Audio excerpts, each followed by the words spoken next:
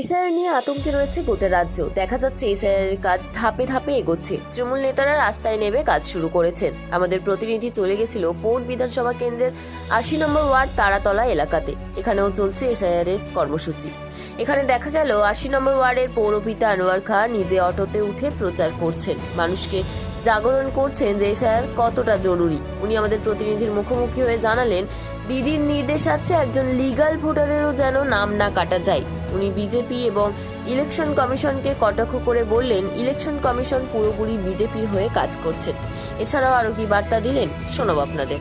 দেখুন, এটা প্যানিক হয়ে গেছে। এমন ইলেকশন কমিশন যে পদক্ষেপ নিতে শুরু করেছে, যাতে একটা ভয়ভীত মতন আতঙ্ক ছড়িয়ে গেছে। মানে ধরুন, একটা বিএলও কে কাজ দিয়েছে, একটা বিএলও ধরুন ১,০০০ মানুষকে ভিজিট করবে, ১,০০০ মানুষের কে ও ইনুমারেশন ফর্মগুলো জমা দেবে। এই যে ইনুমারেশন ফর্মগুলো মানে যাকে তার হাতে তুলে দেওয়া, তার সই সাক্ষাৎ নেওয়া, এই সাধারণ খেলা নয়, কিন্তু একজনের পারার ক্ষমতার বাইরে। কিন্তু জোর করে চাপিয়ে ওইখানে একটা হেল্পিং হ্যান্ড যদি দিত ইলেকশন কমিশন, তাহলে কি হতো, কি পার্ট বাই পার্ট করতে পারতো।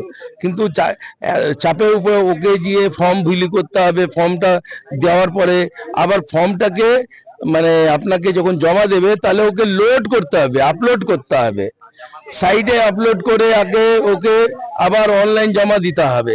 তো এই কটা ফর্ম জমা হয়েছে প্রত্যেক দিন। তো এত চাপ সৃষ্টিতে লোকের কাছে মানে ক্লান্ত হয়ে বিরক্ত হয়ে তারা মানে এই কাজের প্রেসারে তারা সুসাইড করে নিচ্ছে। এটাই সবচেয়ে বড়। এটা ইলেকশন কমিশনকে জানা উচিত, বোঝা উচিত কি একটা মানুষের যত কাজ করার যে দক্ষতা, সে এতই করবে। যদি আপনি চাইছেন কি একটা মানুষকে মানে একবারে গরু ছাগলের মতন পুরো ইউজ করেনি, তাহলে এইটা তো আপনার অন্যায় আছে। এই অন্যায়ের যে মানে নিশ্চয়ই প্রতিবাদ হওয়া উচিত। ইলেকশন কমিশনকে আমরা বলছি, এখনো বলছি, আপনি এইখানে রিলিভার দেন, একটা লোককে গরু ছাগলের মতন খাটানবেন না। আপনি রিলিভার দেন, নিশ্চয়ই করুন না। এসআইআর করছেন, করুন। মানুষকে গলা কাটার চেষ্টা করছেন, করুন, তাতে কি যায় আসে? যারা বাঁচবে থাকবে, যারা বাঁচবে না। আর আপনি যেটা করছেন, ভাবছেন কি এই ভারতীয় জনতা পার্টি বলে কি এইখানে বাংলাদেশি রোহিঙ্গিয়া ১.৫ কোটি ২ কোটি আছে, সেটা আপনার ফর্ম বিলি হয়েছে, তারপরে মনে হয়ে গেছে কি আপনাদের মনে পাপগুলো সব বেরিয়ে গেছে। হতে পারে, কি হতে পারে না, আপনাকে বলছি আমি। এই ইনুমারেশন ফর্মের মাধ্যমে এই এসআইআর হচ্ছে, তো এই ফর্মের মধ্যে দেখবেন কি যদি আপনি এই ফর্মটা যদি না ভরেন, তারপরে আপনাকে যারা ফর্ম তুলেছে তার ইনকোয়ারি হবে, কে ফর্মটা গেল নিয়েছে, সে লোকটা কোথাকার লোক, কেন নেয়নি, খোঁজ খবর নেবে না ইলেকশন কমিশন? হয়তো আমরা নেব না, কিন্তু তারা তো ওয়েবসাইটে রয়েছে, তারা তো পুলিশকে দিয়ে দেবে, কে খুঁজুন তো এই লোকটা কোথায় আছে। ওরা মূর্খে, বিজেপি মূর্খে স্বর্গে বাস করে। বিহারে ওইখানে মানুষকে সময় দেয়নি, এক দিনের মধ্যে ২টো পাখি মেরে দিল।